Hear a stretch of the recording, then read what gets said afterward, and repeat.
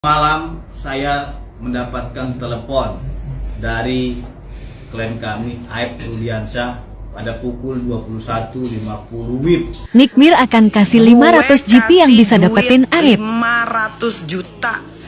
Barang siapa yang berhasil menemukan persembunyiannya Aib. Melihat berita Bapak muncul yang katanya ingin memberikan bantuan hukum kepada saya. Ya, pertama saya mengucapkan Wah, nggak yakin. Sebagai orang tua korban 3 DPO dibayarkan aja. Keluarnya muncul film Pina tadi itu baru dicari. Itu targetnya.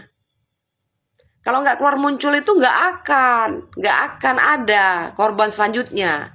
Kalian boleh kalian scroll itu video-video aku ya, yang aku mengatakan seperti itu. Eki masih hidup, taruhan kita. Kalau nggak percaya, panggil aku kasih.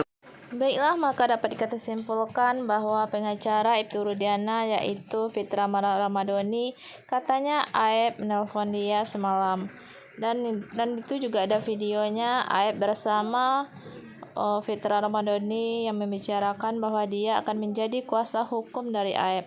Berarti selama ini pengacara ini tahu keberadaan Aib dan juga Ibtu Rudiana.